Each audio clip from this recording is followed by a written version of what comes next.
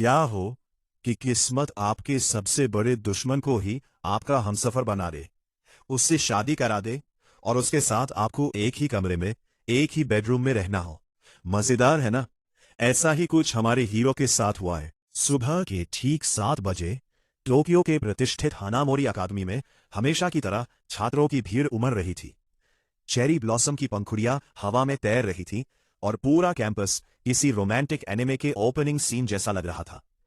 लेकिन इस खूबसूरत नजारे के बीच एक लड़का ऐसा भी था जिसे इन सब चीजों से कोई खास फर्क नहीं पड़ता था। उसका नाम था रेन काजुकी।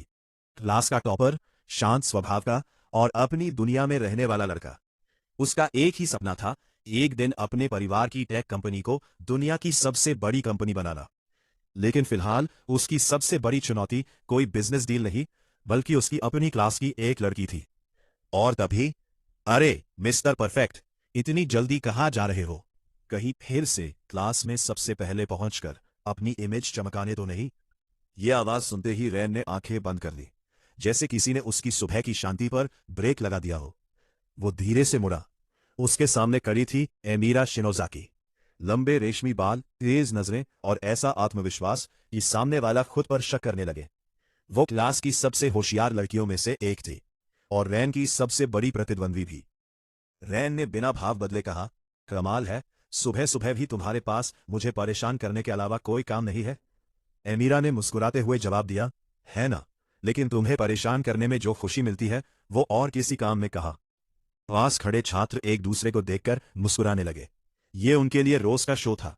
स्कूल में इन दोनों की नोकझोंक इतनी मशहूर थी कि कई लोग इन्हें छुपकर फाइटिंग कपल तक कहने लगे थे। हम कपल नहीं हैं, दोनों ने एक साथ चिल्लाया और फिर एक दूसरे को घूरने लगे। क्लास के अंदर भी यही सिलसिला जारी रहा।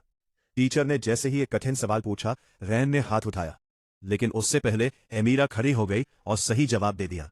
रैन ने हल्की मुस्कान के साथ कहा, आज तो तैयारी करके आई हो। एमीरा ने तुरंत पलटवार किया, कुछ लोगों की तरह सिर्फ नेचुरल टैलेंट पर भरोसा नहीं करती मैं। पीछे बैठी उसकी दोस्त हाना धीरे से बोली, तुम दोनों शादी क्यों नहीं कर लेते? कम से कम ये बहस घर तक सीमित रहेगी। दोनों ने फिर एक साथ उसकी तरफ देखा। कभी नहीं। लेकिन किस्मत को शायद यही मजाक सबसे ज्यादा पसंद था। उस दिन स्कूल के बाद रैन को उसके दादाजी का अचानक फोन आया। रैन, तुरंत घर आओ, बहुत जरूरी बात है। रैन ने पूछा, क्या हुआ दादाजी? दूसरी तरफ से सिर्फ एक जवाब आया, तुम्हारा भविष्य तय करना है। रैन समझ गया, जब दादाजी इस लहजे में बात करते हैं तब मना करने का कोई विकल्प नहीं होता। कुछ ही देर में एक काली लग्जरी कार उसके सामने आकर रुकी। वो अंदर बैठा और सीधे अपने दादाजी की विशाल हवेली पहुंच गया। लेकिन जैसे ही वो अंदर गया, उसके कदम वहीं रुक गए, क्योंकि सामने सोफे पर बैठी थी एमीरा शिनोजाकी। रैन ने हैरानी से कहा, तुम यहां क्या कर रही हो? एमीरा ने भी उतनी ही हैरानी से जवाब दिया, मुझे भी यही पूछना चाहिए। दोनों के बीच बहस शुरू होने ही वाली थी कि तभी कमरे में दो बुजुर्ग दाखिल हुए। रैन के दादाजी हिरोशी काजुकी और एमीरा की दादी सकुरा शिनोजाकी। दोनों के चेहरों पर ऐसी मुस्कान थी जिसे देखकर साफ लग रहा था कि कुछ बहुत बड़ा होने वाला है। हिरोशी ने गला साफ किया और बोले, तुम दोनों को यहां इसलिए बुलाया गया है क्योंकि हमने तुम्हारे भविष्य के बारे में एक महत्वपूर्ण फैसला लिया है। रैन और एमीरा ने एक दूसरे की तरफ देखा। फिर हिरोशी ने मुस्कुराते हुए कहा, अगले महीने तुम दोनों की शादी होने वाली है। कमरे में कुछ सेकंड के लिए ऐसी खामोशी छा गई जैसे समय ही रुक गया हो। रेन ने सोचा कि शायद उसने गलत सुना है। एमीरा ने सोचा कि शायद ये कोई मजाक है। लेकिन जब दोनों ने अपने अपने बुजुर्गों के चेहरों की गंभीरता देखी तो उन्हें समझ आ गया कि यह मजाक नहीं था। क्या? दोनों एक साथ चिल्लाए। एमीरा सबसे पहले खड़ी हुई, यह नामुमकिन है, मैं इस लड़के से शादी नहीं कर सकती। रेन ने तुरंत कहा, और मैं भी इससे शादी करने के बजाय हिमालय में जाकर सन्यासी बनना पसंद करूंगा। सकुरा दादी हंस पड़ी, बिल्कुल हमारी तरह। रेन और एमीरा एक साथ बोले, क्या मतलब? तब हिरोशी ने अपनी पुरानी प्रेम कहानी सुनाई, कैसे वे और सकुरा एक समय क्लासमेट थे, कैसे हमेशा लड़ते रहते थे और कैसे कभी अपने दिल की बात कह नहीं पाए। फिर जिंदगी उन्हें अलग रास्तों पर ले गई। सालों बाद जब वे फिर मिले तब उन्हें एहसास हुआ कि कुछ रिश्ते वक्त से भी बड़े होते हैं। सकुरा ने धीरे से कहा, हम नहीं चाहते कि तुम दोनों वही गलती दोहराओ। एमीरा ने विरोध किया, लेकिन हम एक दूसरे को पसंद भी नहीं करते। हिरोशी मुस्कुराए। पसंद बेटा, सबसे गहरी प्रेम कहानियां अक्सर बहस से शुरू होती है। रेन ने गहरी सांस ली। और अगर हम मना कर दें तो? हिरोशी ने बिल्कुल शांत स्वर में कहा। तो फिर तुम्हारे उत्तराधिकारी के हक खत्म हो जाएंगे। उधर सकुरा ने एमीरा की तरफ देखा। और तुम्हें भी परिवार की विरासत से हाथ धोना पड़ेगा। दोनों के चेहरे उतर गए। ये अब सिर्फ एक मजाक नहीं था, ये उनकी जिंदगी बदल देने वाला फैसला था। कुछ देर की चुप्पी के बाद दोनों ने एक दूसरे की तरफ देखा। उनकी आंखों में गुस्सा भी था, लाचारी भी, और थोड़ी सी घबराहट भी, क्योंकि उन्हें समझ आ चुका था उनकी जिंदगी अब पहले जैसी नहीं रहने वाली। रेन और एमीरा अभी भी उसी कमरे में खड़े थे। दोनों के चेहरे पर ऐसा भाव था जैसे किसी ने उनकी पूरी जिंदगी का रिमोट छीनकर अचानक चैनल बदल दिया हो। कुछ पल पहले तक जो एक दूसरे को देखकर ताने मार रहे थे, अब उन्हें बताया गया था कि अगले महीने वे पति पत्नी बनने वाले हैं। और ये बात दोनों के लिए उतनी ही चौंकाने वाली थी जितनी किसी बिल्ली को अचानक तैराकी प्रतियोगिता में भेज देना। एमीरा ने सबसे पहले चुप्पी तोड़ी। दादी, आप सच में सीरियस हैं? ये कोई प्रैंक शो नहीं है ना? सकुरा दादी ने मुस्कुराते हुए चाय की चुस्की ली। अगर प्रैंक होता तो कैमरा अब तक तुम्हारे चेहरे पर जूम कर चुका होता। रेन ने माथा पकड़ लिया। दादाजी, आप जानते हैं ना कि मैं अभी अपनी पढ़ाई और भविष्य पर ध्यान देना चाहता हूं। हिरोशी ने सिर हिलाया।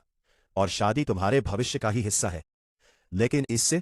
रेन ने एमीरा की तरफ इशारा किया।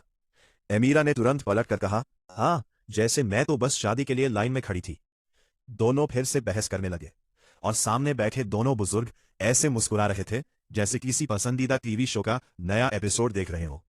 आखिरकार हिरोशी ने हाथ उठाकर उन्हें शांत किया। हम तुम्हें मजबूर नहीं कर रहे। अभी फैसला करने के लिए तुम्हारे पास 3 दिन है। रेन ने राहत की सांस ली। कम से कम सोचने का समय तो मिला। लेकिन राहत ज्यादा देर टिक नहीं पाई, क्योंकि जैसे ही वो हवेली से बाहर निकला, उसने देखा कि एमीरा भी उसी रास्ते पर चल रही है। दोनों कुछ सेकंड तक चुप रहे। फिर एमीरा ने धीरे से पूछा, तो तुम क्या सोच रहे हो? रेन ने बिना उसकी तरफ देखे कहा, मैं सोच रहा हूं कि मेरी शांत जिंदगी को आखिर किसकी नजर लग गई। एमीरा ने हल्की हंसी दबाई। अच्छा है, कम से कम इस बार वजह मैं नहीं हूं। रेन ने उसे देखा। ओहो, यकीन मानो, तुम हमेशा वजह होती हो। एमीरा ने आंखें घुमाई, लेकिन इस बार उसके चेहरे पर गुस्से की जगह हल्की मुस्कान थी।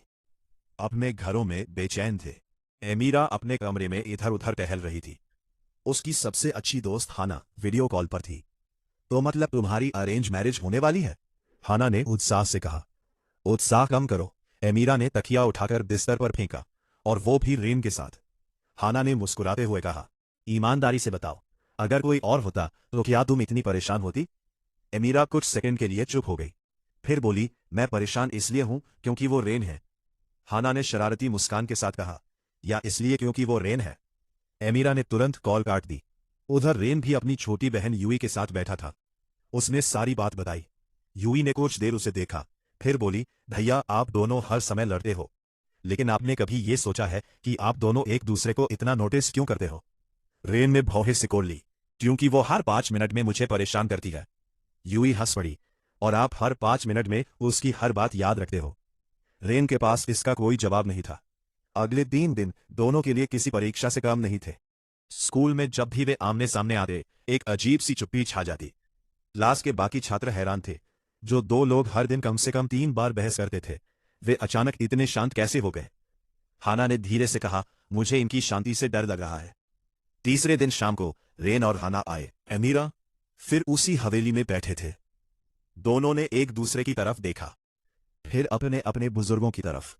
हिरोशी ने पूछा, तो क्या फैसला है? रेन ने गहरी सांस ली। एमीरा ने भी। और फिर दोनों ने लगभग एक साथ कहा, हम तैयार हैं। कमरे में खुशी की लहर दौड़ गई।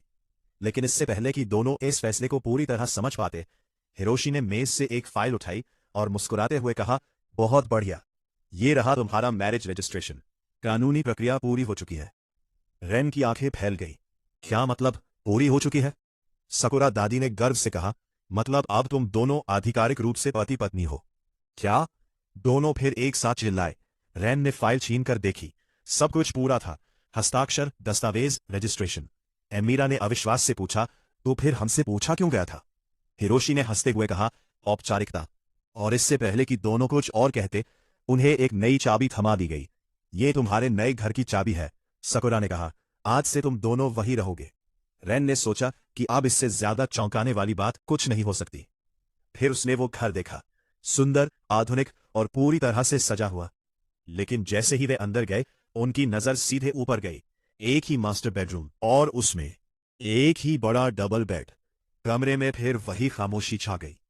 एमीरा ने धीरे धीरे रेन की तरफ देखा। रेन ने धीरे धीरे पीछे हटना शुरू किया। एमीरा ने उंगली उठाकर कहा, सुन लो, इस कमरे में कोई भी अजीब हरकत हुई ना। रेन ने तुरंत हाथ ऊपर कर दिए। मुझे अपनी जान बहुत प्यारी है। एमीरा ने तकिया उठाकर अपने हिस्से की सीमा तय कर दी। ये लाइन है, इसे पार किया तो युद्ध घोषित समझना।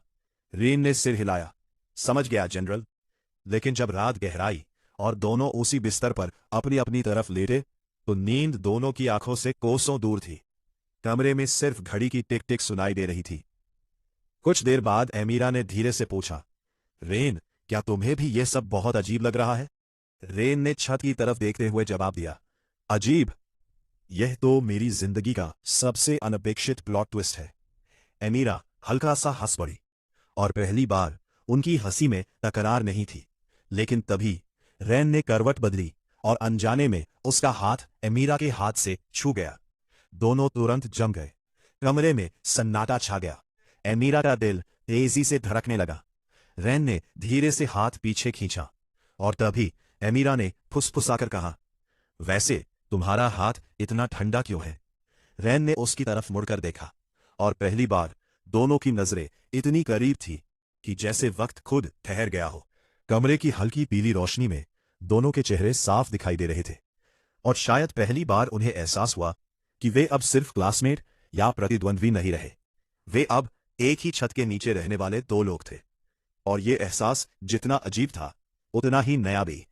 रेन ने धीरे से अपना हाथ पीछे खींच लिया, शायद इसलिए क्योंकि किसी ने कमरे का तापमान आर्कटिक बना रखा है। एमीरा ने तुरंत तकिया उसकी तरफ फेंका। ओह, तो अब गलती भी मेरी है?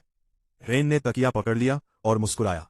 नहीं, मैं बस ये कह रहा हूं कि अगर मैं कल सुबह बर्फ की मूर्ति बन गया तो जिम्मेदार तुम होगी। एमीरा ने मुंह फेर लिया, लेकिन उसके होठों पर हल्की मुस्कान आ गई। काफी देर तक दोनों यूं ही छोटी छोटी बातें करते रहे, और फिर कब बातों बातों में दोनों को नींद आ गई, उन्हें खुद पता नहीं चला।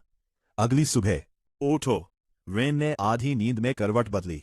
यूई, 5 मिनट और इतना कहकर उसने सामने खड़ी एमीरा का हाथ पकड़ लिया। एमीरा कुछ सेकंड के लिए बिल्कुल स्थिर रह गई। उसका चेहरा लाल हो गया।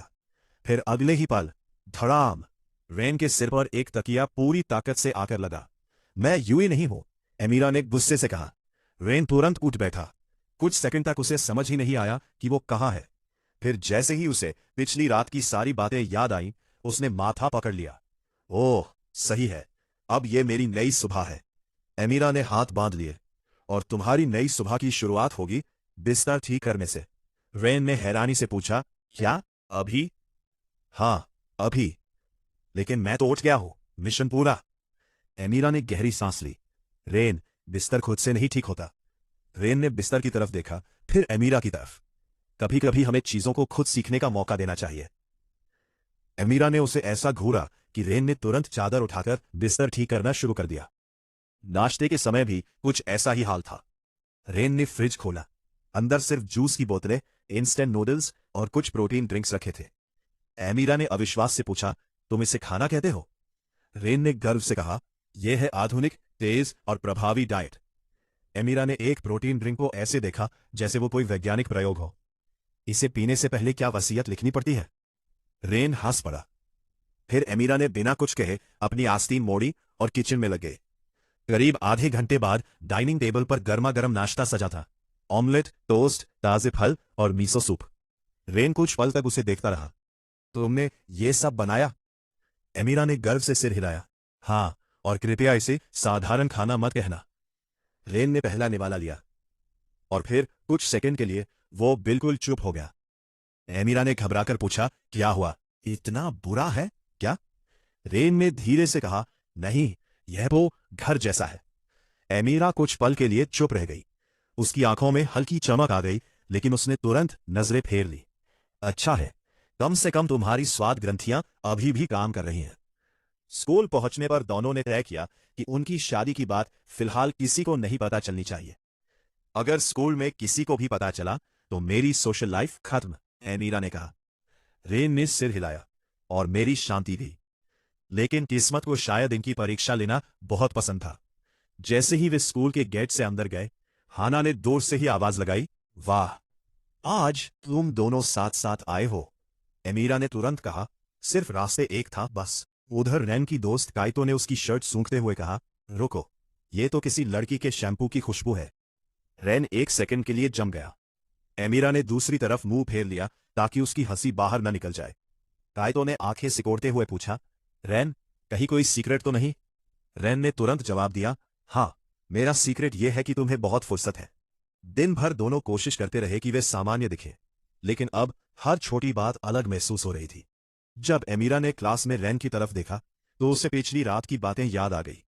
जब रैन ने एमीरा को हंसते देखा तो उसे सुबह का वो पल याद आया जब उसने उसका हाथ पकड़ा था, और दोनों ने तुरंत अपनी अपनी नजरें दूसरी तरफ मोड़ ली। शाम को घर लौटते समय दोनों के बीच पहले जैसी असहजता नहीं थी। घर पहुंचकर एमीरा ने कहा, आज से घर के काम बांट लेते हैं। रैन ने पूछा, मतलब मैं खाना बनाऊंगी और तुम बर्तन धोओगे? रैन ने कुछ सेकंड सोचा, क्या हम ऐसा समझौता कर सकते हैं जिसमें मैं सिर्फ खाना खाऊं?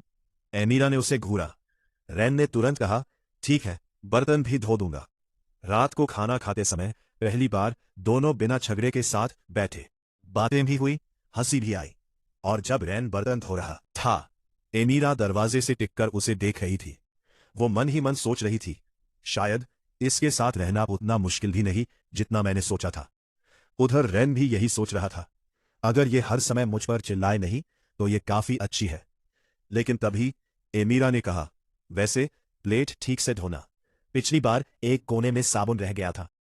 रैन ने मुस्कुराते हुए जवाब दिया, और मैं सोच रहा था कि हमारी शांति ज्यादा देर टिकेगी। एमीरा भी हंस पड़ी।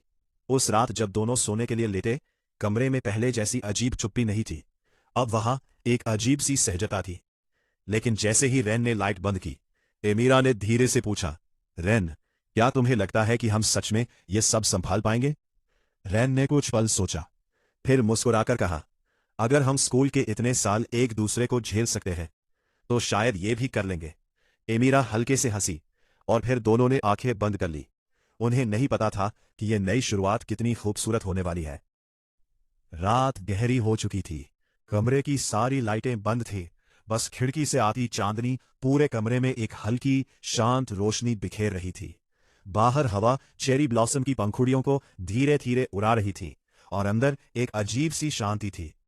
रैन और एमीरा अपने अपने हिस्से में लेटे हुए थे, लेकिन नींद वो अभी भी दोनों से थोड़ी दूर थी। कुछ मिनटों की खामोशी के बाद एमीरा ने धीरे से कहा, रैन, हूं, अगर ये सब हमारे प्लान का हिस्सा नहीं था तो क्या तुम्हें डर नहीं लगता?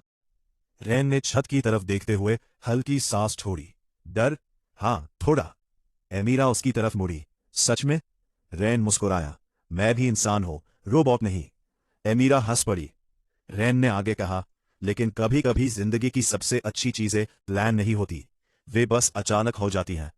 एमीरा कुछ पल तक उसे देखती रही। उसके शब्दों में मजाक कम और सच्चाई ज्यादा थी। तुम कभी कभी बहुत समझदार बातें कर लेते हो, उसने कहा। रैन ने गर्व से कहा, कभी कभी? मैं तो हमेशा समझदार हूं। हाँ, सपनों में। दोनों फिर हंस पड़े। धीरे धीरे बातों का सिलसिला शुरू हो गया। उन्होंने अपने बचपन की कहानियां साझा की। रैन ने बताया कि कैसे वो बचपन में हर चीज को लेकर बेहद गंभीर रहता था, जबकि एमिरा ने कबूल किया कि वो छोटी उम्र में इतनी शरारती थी कि एक बार उसने पूरे स्कूल की घंटी समय से पहले बजा दी थी। रुको, वो तुम थी? रैन ने हैरानी से पूछा। तो वो ऐतिहासिक घटना तुम्हारी वजह से हुई थी? एमिरा ने गर्व से सिर हिलाया। हाँ, और मैं आज भी उस मिशन को अपनी सबसे बड़ी उपलब्धि मानती हूं।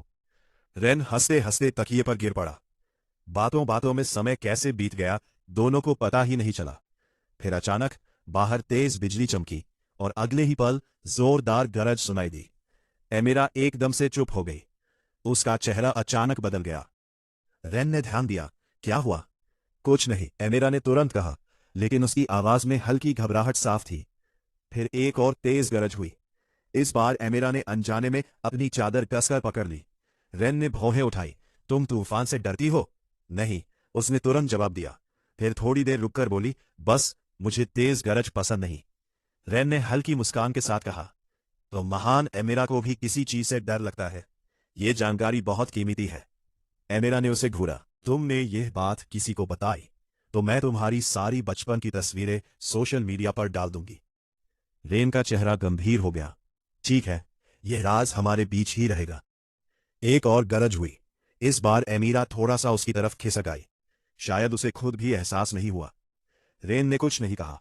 उसने बस धीरे से बेड के बीच रखा तकिया थोड़ा किनारे कर दिया। एमीरा ने उसकी तरफ देखा। रेन ने सहजता से कहा, ताकि तुम्हें ज्यादा जगह मिल सके, बस इतना ही।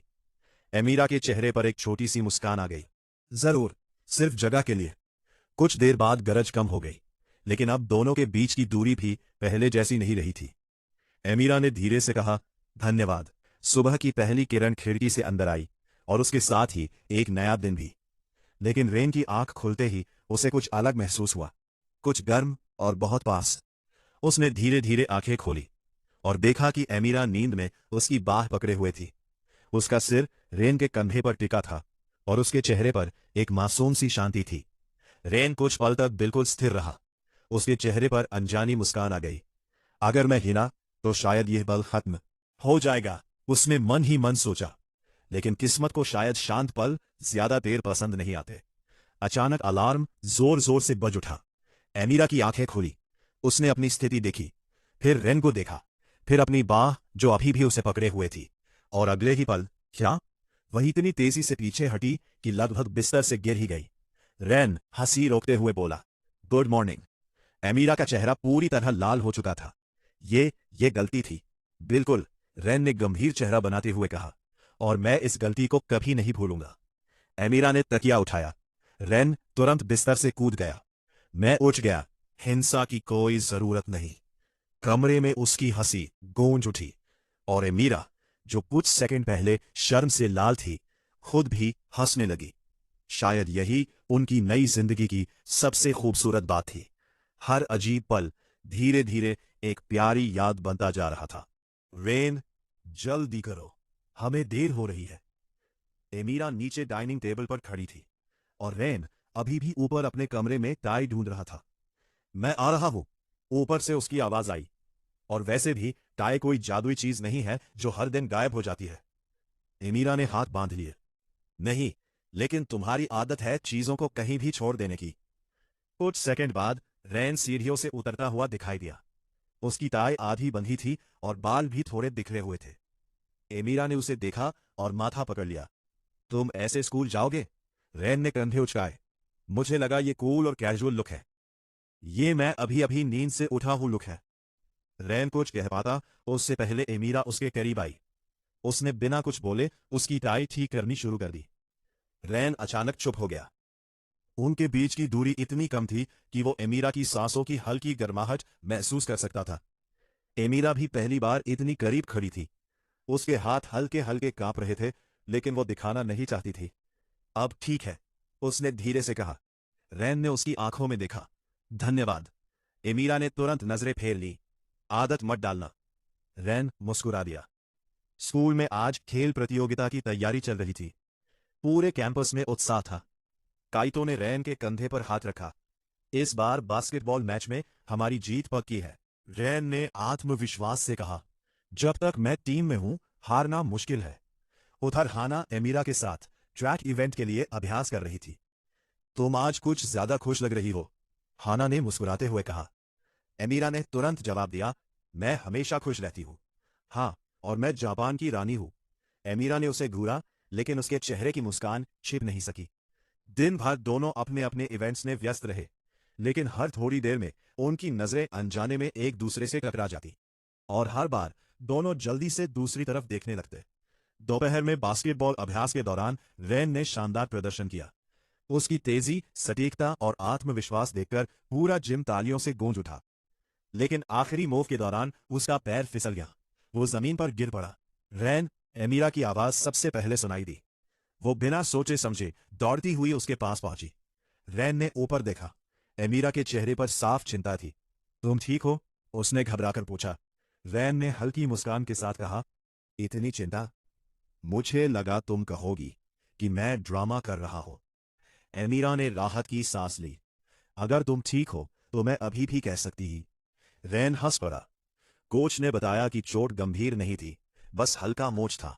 लेकिन एमीरा ने तय कर लिया कि अब रैन को आराम करना ही होगा। शाम को घर लौटने के बाद उसने रैन को सोफे पर बैठाया, उसके पैर पर बर्फ रखी और सख्त आवाज में कहा, आज तुम कहीं नहीं जाओगे। रैन ने मजाक में पूछा, क्या मुझे अनुमति है कि मैं सांस ले सकूं? सीमित मात्रा में। रैन हंस दिया। कुछ देर बाद जब एमीरा उसके लिए चाय लेकर आई तो रैन उसे देखता रह गया।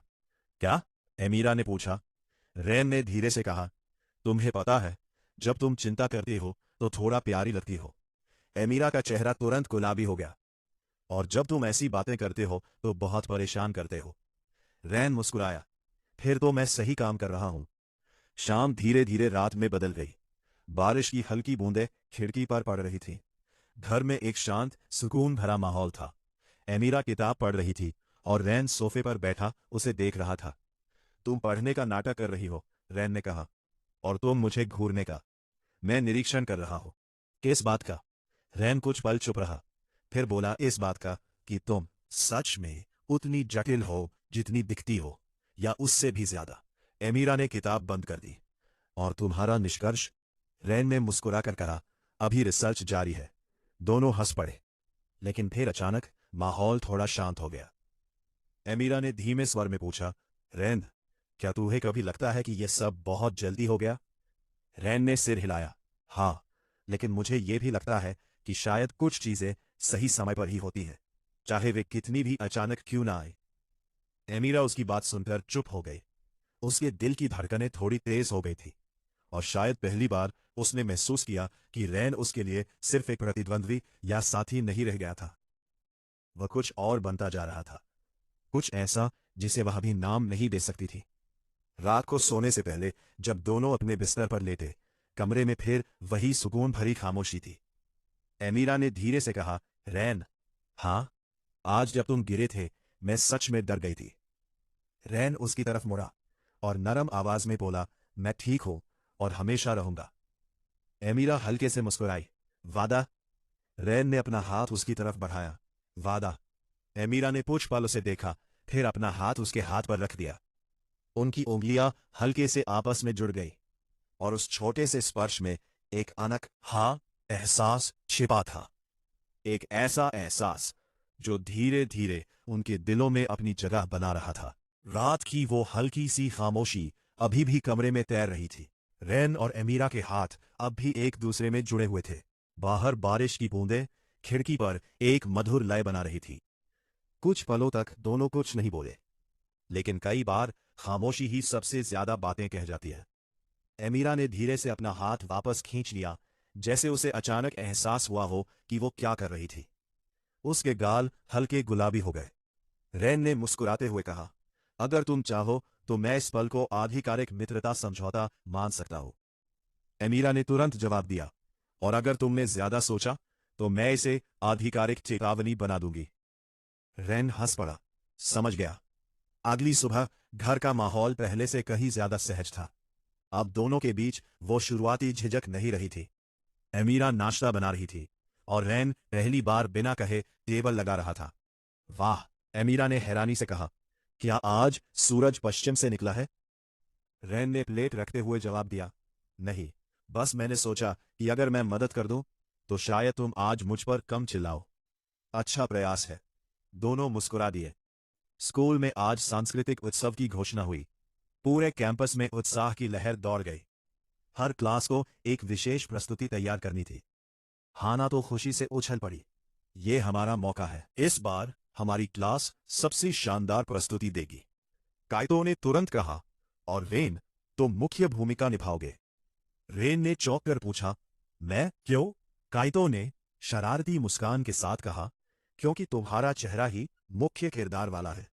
एमीरा हंसी रोक नहीं पाई, लेकिन असली झटका तब लगा जब क्लास टीचर ने घोषणा की, इस बार हमारी प्रस्तुति एक रोमांटिक नाटक होगी और मुख्य भूमिका निभाएंगे रेन और एमीरा। पूरी क्लास तालियों और सीटियों से गूंज उठी। रेन और एमीरा दोनों एक साथ खड़े हो गए। क्या? हाना ने मुस्कुराकर कहा। यह तो परफेक्ट है। एमीरा ने धीरे से कहा, मुझे लगता है ब्रह्मांड हमारा मजाक उड़ाने में बहुत रुचि रखता है। रेन ने सिर हिलाया, और वो इसमें काफी अच्छा भी है। अगले कुछ दिनों तक दोनों को साथ में नाटक की रिहर्सल करनी पड़ी। शुरुआत में सब कुछ सामान्य था, संवाद, मंच पर चलना, भाव भंगिमाएं। लेकिन फिर आया वो सीन, अंतिम दृश्य, जहां दोनों किरदारों को एक दूसरे की आंखों में देखकर अपने दिल की बात कहनी थी। पूरी क्लास उत्सुकता से देख रही थी। रेन ने स्क्रिप्ट हाथ में ली और एमीरा के सामने खड़ा हो गया। तुम तैयार हो? उसने धीरे से पूछा। एमीरा ने गहरी सांस ली, जितना हो सकती हो। रिहर्सल शुरू हुई। रेन ने संवाद कहा, जब तुम मेरे साथ होती हो तो दुनिया थोड़ी बेहतर लगती है। एमीरा ने अपनी लाइन कही, और जब तुम पास होते हो तो मुझे लगता है कि मैं कुछ भी कर सकती हूँ। लेकिन जैसे जैसे वे एक दूसरे की आंखों में देखते रहे, स्क्रिप्ट के शब्द कहीं पीछे छूटने लगे। उनकी आवाजें धीमी हो गई, और कुछ पल के लिए ऐसा लगा जैसे पूरी दुनिया गायब हो गई हो। कट! हाना की आवाज ने दोनों को वास्तविकता में लौटाया। पूरी क्लास मुस्कुरा रही थी। काइटो ने धीरे से कहा, मुझे नहीं लगता कि वे एक्टिंग कर रहे थे। दोनों तुरंत अलग हो गए। उस शाम घर लौटते समय दोनों असामान्य रूप से शांत थे। आखिरकार एमिरा ने कहा, आज की रिहर्सल थोड़ी अजीब थी। रैन ने हल्के से मुस्कुराकर पूछा, अच्छी अजीब या बुरी अजीब? एमिरा ने कुछ पल सोचा, शायद अच्छी अजीब। रैन के चेहरे पर मुस्कान और गहरी हो गई। घर पहुंचने के बाद एमिरा अपने कमरे में नाटक की स्क्रिप्ट पढ़ रही थी। तभी उसे एक पुराना फोटो एल्बम मिला, जो शायद घर के पिछले मालिकों का था। लेकिन जैसे ही उसने उसे खोला, अंदर एक तस्वीर गिरकर नीचे आ गई। वो तस्वीर किसी और की नहीं, बल्कि रैन और एमिरा के बचपन की थी। दोनों शायद 6 या 7 साल के रहे होंगे। एक पार्क में खड़े, हाथों में आइसक्रीम और चेहरे पर बड़ी सी मुस्कान। एमिरा की आंखें फैल गईं। ये कैसे संभव है? उसी समय रैन कमरे में आया। उसने तस्वीर देखी और कुछ पल के लिए बिल्कुल स्थिर रह गया। ये फोटो। एमिरा ने उसकी तरफ देखा। तुम्हें याद है? रैन ने धीरे से सिर हिलाया। बहुत धुंधला, लेकिन हां। दोनों बिस्तर पर बैठ गए, तस्वीर को देखते हुए। तो हम पहले भी मिल चुके हैं, एमीरा ने कहा। रेन ने हल्की मुस्कान के साथ जवाब दिया, लगता है हमारी कहानी हमारी सोच से कहीं पहले शुरू हो चुकी थी। एमीरा ने तस्वीर को सीने से लगा लिया, और तभी उसने फोटो के पीछे कुछ लिखा देखा। उसने उसे पलटा। पीछे लिखा था, हमेशा साथ, चाहे समय कितना भी बदल जाए। दोनों कुछ पल तक उस पंक्ति को देखते रहे। कमरे में एक गहरी, भावुक खामोशी छा गई। रेन ने धीरे से कहा, क्या तुम्हें लगता है कि यह सिर्फ संयोग है? एमीरा ने उसकी तरफ देखा और मुस्कुराकर बोली, शायद कुछ रिश्ते पहले से लिखे होते हैं। रेन ने उसकी बात सुनकर तस्वीर को फिर देखा, और पहली बार उसे लगा कि यह शादी सिर्फ एक पारिवारिक फैसला नहीं थी। यह शायद किस्मत की योजना थी। लेकिन उन्हें अभी नहीं पता था कि इस तस्वीर के साथ एक और राज जुड़ा हुआ था। एक ऐसा राज जो उनकी पूरी कहानी को बदल सकता था। उस रात रैन और एमीरा देर तक उस पुरानी तस्वीर को देखते रहे। एक छोटी सी तस्वीर, लेकिन उसमें छिपे सवाल बहुत बड़े थे। वे दोनों सचमुच बचपन में मिले थे, लेकिन अगर ऐसा था तो फिर उन्हें ये बात पहले क्यों याद नहीं थी? रैन ने तस्वीर को ध्यान से देखा। उसके कोने थोड़े पुराने हो चुके थे, लेकिन पीछे लिखे शब्द अब भी साफ थे, हमेशा साथ, चाहे समय कितना भी बदल जाए। एमीरा ने धीमे स्वर में कहा, यह लिखावट मुझे जानी पहचानी लग रही है। रैन ने भौहें सिकोड़ ली, मुझे भी। कुछ सेकंड बाद दोनों ने एक साथ कहा, दादी। दोनों एक दूसरे को देखकर हैरान रह गए। अगली सुबह नाश्ते के तुरंत बाद वे सीधे सकुरा दादी और हिरोशी दादाजी के पास पहुंचे। दोनों पहले से ही बगीचे में बैठे चाय पी रहे थे, जैसे उन्हें पहले से पता हो कि यह सवाल आने वाला है। एमीरा ने बिना समय गंवाए तस्वीर उनके सामने रख दी। ये हमें हमारे घर में मिली। सकुरा दादी ने तस्वीर को देखा और उनके चेहरे पर एक पुरानी, भावुक मुस्कान आ गई। तो आखिरकार तुम्हें यह मिल ही गई? रैन ने तुरंत पूछा, मतलब आप इसके बारे में जानती थीं? हिरोशी ने हल्के से हंसते हुए कहा, बिल्कुल, क्योंकि यह तस्वीर हमने ही खिंचवाई थी। रैन और एमीरा दोनों एकदम चुप हो गए। सकुरा ने धीरे धीरे कहानी शुरू की। तुम दोनों पहली बार तब मिले थे जब तुम सिर्फ 6 साल के थे। तुम्हारे परिवार उस समय बहुत करीबी दोस्त थे। हर साल चेरी ब्लॉसम फेस्टिवल में हम सब साथ जाया करते थे। एमीरा की आंखों में चमक आ गई। तो ये फोटो उसी दिन की है? हाँ, सकुरा ने मुस्कुराते हुए कहा। और उस दिन तुम दोनों पूरे समय साथ थे। हिरोशी ने मजाकिया अंदाज में कहा, इतना कि जब घर लौटने का समय आया तो तुम दोनों ने एक दूसरे का हाथ छोड़ने से मना कर दिया था। एमीरा का चेहरा लाल हो गया। सच में? और सिर्फ इतना ही नहीं, सकुरा ने आगे कहा, तुम दोनों ने बच्चों वाली गंभीरता के साथ यह भी कहा था कि बड़े होकर शादी करोगे। कुछ पल के लिए सन्नाटा छा गया। फिर क्या? रेन और एमीरा फिर एक साथ बोल पड़े। हिरोशी हंस पड़े। हाँ, और हमने उसी वादे को कभी नहीं भुलाया। रेन ने माथा पकड़ लिया। तो हमारी शादी की योजना बहुत पहले से थी, सकुरा ने मुस्कुराते हुए कहा। एमीरा ने तस्वीर को फिर देखा। उसके मन में जैसे धुंधली यादें लौटने लगी। एक पार्क, आइसक्रीम, हंसी और एक छोटा सा लड़का जो उसका हाथ पकड़े हुए था। मुझे थोड़ा थोड़ा याद आ रहा है, उसने धीरे से कहा। रेन ने भी सिर हिलाया। मुझे भी। लेकिन तभी रेन ने एक और सवाल पूछा। अगर हमारे परिवार इतने करीबी थे तो फिर बाद में क्या हुआ? इस बार सकुरा और हिरोशी के चेहरे गंभीर हो गए। कुछ पल की खामोशी के बाद हिरोशी बोले, तुम्हारे परिवारों के बीच एक गलतफहमी हो गई थी। एक बिजनेस विवाद जिसने रिश्तों में दूरी ला दी। एमीरा ने धीरे से पूछा, क्या वो बहुत गंभीर था? सकुरा ने सिर हिलाया। इतना कि दोनों परिवारों ने मिलना जुलना बंद कर दिया। रैन और एमीरा एक दूसरे को देखने लगे। तो यही वजह थी कि वे अपने बचपन के उस वादे को भूल गए थे। लेकिन किस्मत ने उन्हें फिर से मिला दिया। शाम को दोनों घर लौटे और पूरे रास्ते चुप रहे। आखिरकार एमीरा ने कहा, तो हम बचपन से ही एक दूसरे के लिए तय थे। रैन ने मुस्कुराते हुए कहा, लगता है मैंने बहुत पहले ही अपनी किस्मत चुन ली थी। एमीरा हल्के से हंसी। और मैंने भी। उस रात दोनों ने वह तस्वीर अपने कमरे की शेल्फ पर रख दी। अब वह सिर्फ एक फोटो नहीं थी, वह उनकी कहानी की शुरुआत का प्रमाण थी। लेकिन कहानी यही खत्म नहीं होती। अगले दिन स्कूल में सांस्कृतिक उत्सव की अंतिम रिहर्सल थी। सब कुछ शानदार चल रहा था। तभी रैन को प्रिंसिपल ऑफिस में बुलाया गया। वह जैसे ही अंदर पहुंचा, उसने देखा कि वहां एक महिला खड़ी थी। लंबे काले बाल, आत्मविश्वासी व्यक्तित्व और चेहरे पर एक शांत लेकिन रहस्यमयी मुस्कान। रैन ने उसे देखा और एक पल के लिए जम गया। आप? महिला ने मुस्कुराकर कहा, काफी समय हो गया रैन। तभी पीछे से एमीरा भी वहां पहुंच गई। जैसे ही उसकी नजर उस महिला पर पड़ी, उसके चेहरे का रंग उड़ गया। ना, नहीं, ये यहां कैसे? रैन ने हैरानी से एमीरा की तरफ देखा।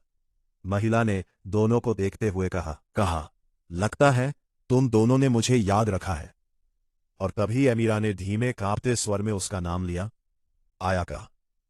कमरा अचानक गंभीर हो गया, क्योंकि आयाका सिर्फ कोई पुरानी परिचित नहीं थी। वो व्यक्ति थी जो रेन और एमीरा के अतीत का सबसे बड़ा अनसुलझा अध्याय थी। प्रिंसिपल ऑफिस में एक भारी खामोशी छा गई थी। रेन की नजर कभी आयाका पर जाती तो कभी एमीरा पर, जिसके चेहरे पर साफ घबराहट दिखाई दे रही थी। आखिर ये आयाका थी कौन? और उसकी अचानक वापसी ने एमीरा को इतना बेचैन क्यों कर दिया था? आयाका ने हल्की मुस्कान के साथ दोनों को देखा। तुम दोनों को साथ देखकर अच्छा लगा। सच कहूं, ये दृश्य मैंने बहुत पहले से सोचा था। रेन ने सीधे पूछा, आप यहां क्यों आई हैं? आयाका ने उसकी आंखों में देखते हुए जवाब दिया, तुम्हें सच बताने, वो सच जो तुम दोनों से वर्षों तक छिपाया गया। एमीरा ने तुरंत कहा, हमें किसी सच की जरूरत नहीं है। लेकिन उसकी आवाज में आत्मविश्वास कम, डर ज्यादा था। आयाका ने उसकी तरफ नरम नजर से देखा। एमीरा, कुछ सच्चाइयां ऐसी होती हैं जिनसे भागने से वे बदलती नहीं। स्कूल के बाद आयाका ने दोनों को पास के एक शांत कैफे में बुलाया।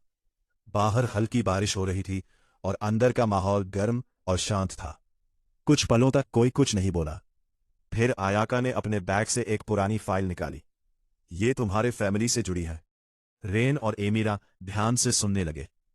आयाका ने बताया कि कई साल पहले उनके परिवार एक साथ एक बड़ी कंपनी शुरू करने वाले थे। सब कुछ तय था, लेकिन आखिरी समय में एक ऐसा हादसा हुआ जिसने सब कुछ बदल दिया। महत्वपूर्ण दस्तावेज अचानक गायब हो गए और आरोप एक दूसरे पर लगने लगे। रेन ने पूछा, तो असल में हुआ क्या था? आयाका ने गहरी सांस ली। दस्तावेज किसी परिवार ने नहीं चुराए थे, उन्हें चोरी किया गया था एक तीसरे व्यक्ति द्वारा। एमीरा की आंखें फैल गई। क्या? हाँ, आयाका ने कहा, और वो व्यक्ति कोई और नहीं बल्कि मेरे पिता के बिजनेस पार्टनर थे। दोनों स्तब्ध रह गए। आयाका ने आगे बताया कि उसके पिता ने बाद में सच्चाई जान ली थी, लेकिन तब तक बहुत देर हो चुकी थी।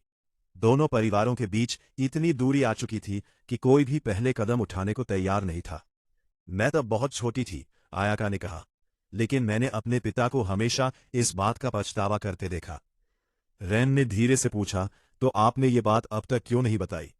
आयाका की आंखों में हल्की उदासी उतर आई। क्योंकि मेरे पिता हाल ही में बीमार पड़े और उन्होंने मुझसे कहा कि इस गलती को और आगे न बढ़ने दूं।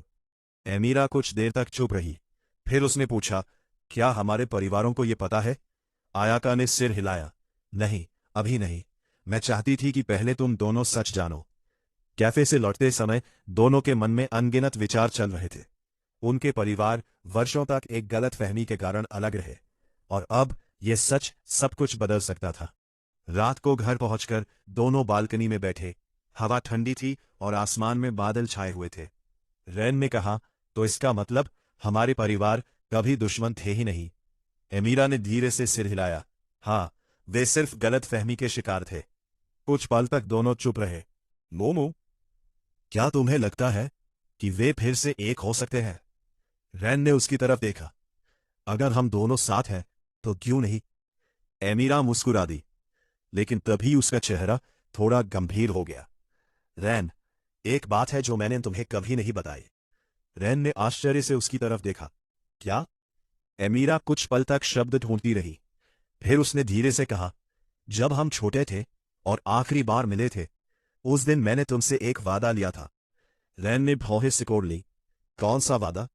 एमीरा ने उसकी आंखों में देखते हुए कहा, कि चाहे कुछ भी हो जाए, तुम मुझे कभी नहीं भूलोगे। रैन कुछ सेकंड तक बिल्कुल चुप रहा। फिर उसके चेहरे पर धीरे धीरे एक याद उभरने लगी। एक छोटा सा पार्क, चेरी ब्लॉसम और एक छोटी लड़की जिसकी आंखों में आंसू थे। मुझे याद है, उसने फुसफुसाकर कहा। एमीरा की आंखों में चमक आ गई। और मैंने भी तुमसे वादा किया था, रैन ने आगे कहा, कि मैं हमेशा तुम्हें ढूंढ लूंगा। एमीरा की सांसें थम सी गईं। वो मुस्कुराई, लेकिन उसकी आंखें नम हो चुकी थी। और तुमने वो वादा निभाया। रैन ने हल्के से उसका हाथ थाम लिया। शायद मैं कभी सच में तुम्हें भूला ही नहीं था। दोनों कुछ देर तक यूं ही बैठे रहे, लेकिन तभी रैन का फोन बजा। स्क्रीन पर नाम देखकर उसका चेहरा गंभीर हो गया। कौन है? एमीरा ने पूछा। रैन ने फोन उठाया। दूसरी तरफ से जो आवाज आई, उसे सुनते ही उसके चेहरे का रंग उड़ गया। क्या? एमीरा घबरा गई। रैन, क्या हुआ? रैन ने धीरे धीरे फोन नीचे किया। उसकी आंखों में अविश्वास था। दादाजी अस्पताल में है। और ये सुनते ही दोनों बिना एक पल गवाए वहां के लिए निकल पड़े। रात के उस सन्नाटे में कार की रफ्तार मानो समय से भी तेज दौड़ रही थी। रैन स्टीयरिंग पर था और एमीरा उसके पास बैठी थी। दोनों के चेहरों पर चिंता साफ दिखाई दे रही थी। पूरे रास्ते किसी ने कुछ नहीं कहा। रैन की उंगलियां स्टीयरिंग पर कसती जा रही थी। उसकी आंखों में डर था, वो डर जिसे वो कभी किसी के सामने दिखाना नहीं चाहता था। एमीरा ने धीरे से अपना हाथ उसके हाथ पर रख लिया। सब ठीक होगा, बस इतना ही कहा उसने। और अजीब बात यह थी कि उन 3 शब्दों ने रैन के भीतर की घबराहट को थोड़ा शांत कर दिया। अस्पताल पहुंचते ही दोनों तेजी से अंदर गए। सकुरा दादी पहले से वहां थी। उनकी आंखों में चिंता थी, लेकिन चेहरे पर वही दृढ़ता भी। दादाजी कैसे हैं? रैन ने तुरंत पूछा। सकुरा ने हल्की मुस्कान के साथ कहा, आप स्थिर हैं। डॉक्टर कह रहे हैं कि खतरे की बात नहीं है। रैन ने राहत की सांस ली। कुछ देर बाद उन्हें कमरे में जाने की अनुमति मिली। हिरोशी दादाजी बिस्तर पर लेटे थे, लेकिन उनकी आंखों में वही पुरानी चमक थी। जैसे ही उन्होंने रैन और एमीरा को देखा, उनके चेहरे पर मुस्कान आ गई। तुम दोनों को देखकर लगता है कि मैं ठीक होने के लिए सही कारण रखता हूं। रेन ने कुर्सी खींचकर उनके पास बैठते हुए कहा, दादाजी, आप हमें इस तरह डराने की आदत छोड़ सकते हैं। हिरोशी हंस पड़े। मैं सिर्फ ये देखना चाहता था कि तुम दोनों कितनी जल्दी पहुंचते हो। एमीरा ने राहत की हंसी के साथ कहा, और तुम दोनों पास हो गए। कमरे का माहौल थोड़ा हल्का हो गया, लेकिन फिर हिरोशी का चेहरा गंभीर हो गया। उन्होंने सकुरा की तरफ देखा और फिर रैन व एमीरा की तरफ। अब समय आ गया है कि तुम दोनों एक और सच जानो। रैन और एमीरा एक दूसरे को देखने लगे। हिरोशी ने धीरे धीरे कहा, तुम्हारी शादी सिर्फ पुराने वादे की वजह से नहीं हुई। तो फिर? रैन ने पूछा। सकुरा ने जवाब दिया, क्योंकि हम जानते थे कि हमारे परिवारों के बीच की दूरी खत्म करने का सबसे अच्छा तरीका तुम दोनों ही हो। एमीरा ने आश्चर्य से पूछा, मतलब आप चाहते थे कि हम दोनों परिवारों को फिर से जोड़ें? हिरोशी ने सिर हिलाया। हाँ, लेकिन यह सिर्फ हमारी इच्छा नहीं थी। उन्होंने बिस्तर के पास रखी दराज से एक पुराना लिफाफा निकाला। ये तुम्हारे माता पिता का लिखा हुआ है। रैन ने कांपते हाथों से लिफाफा खोला। अंदर एक पत्र था। उसमें लिखा था, अगर कभी हमारे बीच की दूरियां हमारे बच्चों तक पहुंच जाए तो हम चाहते हैं कि वे वही करें जो हम नहीं कर सके, रिश्तों को फिर से जोड़े।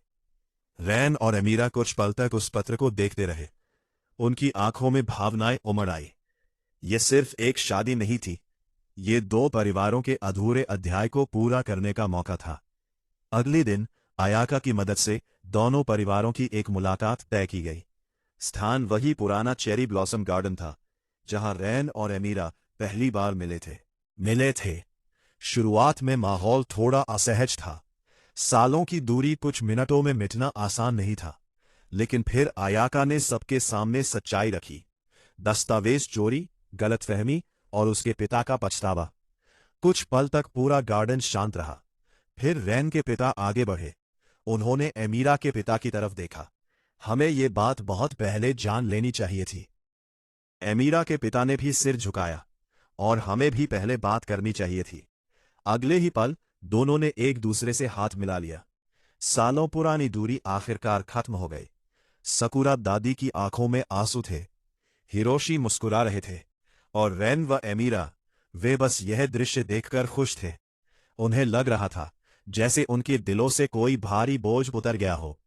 शाम को उसी गार्डन में एक छोटा सा पारिवारिक समारोह रखा गया। हंसी, बातें, पुरानी यादें, सब कुछ फिर से लौट आया था। रैन और एमीरा थोड़ी देर के लिए भीड़ से दूर एक पेड़ के नीचे खड़े थे। चेरी ब्लॉसम की पंखुड़ियां उनके आसपास गिर रही थी। एमीरा ने मुस्कुराकर कहा, हमने सच में कर दिखाया। रैन ने उसकी तरफ देखा। हमने नहीं, हमने साथ में किया। एमीरा की मुस्कान और गहरी हो गई।